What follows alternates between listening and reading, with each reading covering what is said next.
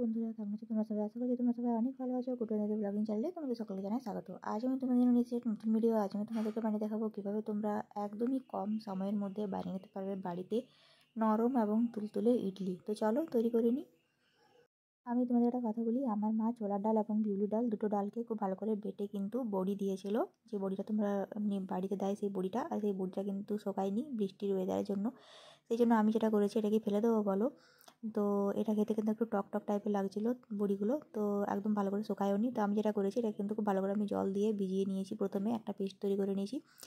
এরপর আমি এর মধ্যে মিশিয়ে নেবো হচ্ছে তোমার প্রায় 4 কাপের মতো চালের গুঁড়ি। এখন আমি এর মধ্যে দিয়ে দেবো ইনো, খাবারের সোডা এবং নুন। তো এই তিনটে উপকরণকে দিয়ে কিন্তু আমি খুব ভালোভাবে সামান্য জল দিয়ে একটা পেস্ট তৈরি করে নেবো। তো তোমাদেরকে যেটা আমি বলছিলাম, যে বড়িগুলো কিন্তু টক হয়ে গেছিলো একটু খেতে, মানে একদিন পর কিন্তু বড়িগুলো ভালো করে শুকায়ও নি বৃষ্টির ওয়েদারের জন্য। তো আমি ভাবলাম যে এটা তো ফেলা যাবে, তো ফেলে দেওয়ার থেকে যদি আমি এটা দিয়ে ইডলি বানিয়ে নিই তাহলে কীরকম হয়, কেননা ইডলিতেও তো ধরো সেই ডালটাই ইউজ করা হয়।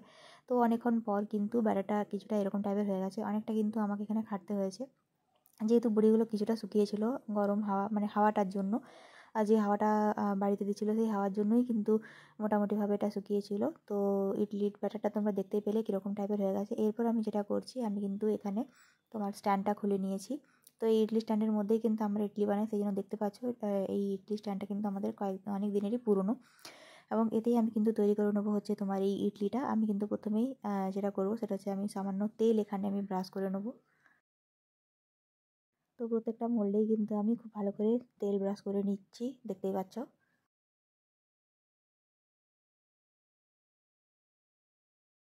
তো এরপর আমি যেটা করেছি, এই যে চামচটা আমি এখানে ব্যবহার করছি, এই চা চামচের কিন্তু 2 চামচের মতো ব্যাটার আমি এখানে দিয়ে নেবো।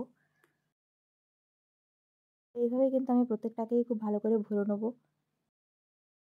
তো এই দেখো চারতলা কিন্তু একদম রেডি হয়ে গেছে, ইডলিতে ভরে গেছে। এরপর আমি যেটা করব, আমি কিন্তু এখানে তোমার নিয়ে নিয়েছি হচ্ছে প্রেসার কুকার, আর প্রেসার কুকারে কিন্তু আমি প্রায় 1 কাপের মতো জল দিয়ে নিয়েছি। এরপর চারতলা এই যে স্ট্যান্ডটা কিন্তু আমি কুকারের ভেতরে ঢুকিয়ে দেবো।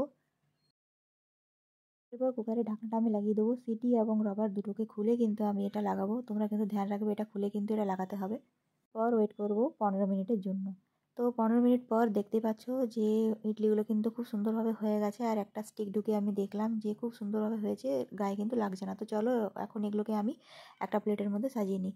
তো যে দেখো প্লেটের মধ্যে আমি কিছুটা পরিমাণ সাজিয়েছি, আর তোমাদেরকে আমি একটা দেখাই যে এটা কতটা সুন্দরভাবে হয়েছে, আর কতটা সুন্দরভাবে কিন্তু চামচ দিয়ে সামান্য একটুখানি ছোঁয়া লাগালেই কিন্তু এগুলো উঠে চলে আসছে। তো দেখতেই পাচ্ছ খুবই সুন্দরভাবে কিন্তু এটা তৈরি হয়ে গেছে। তো তোমাদেরকে একটা দেখাই, যে দেখো কতটা নরমভাবে এটা তৈরি হয়েছে, একবার দেখো তোমরা।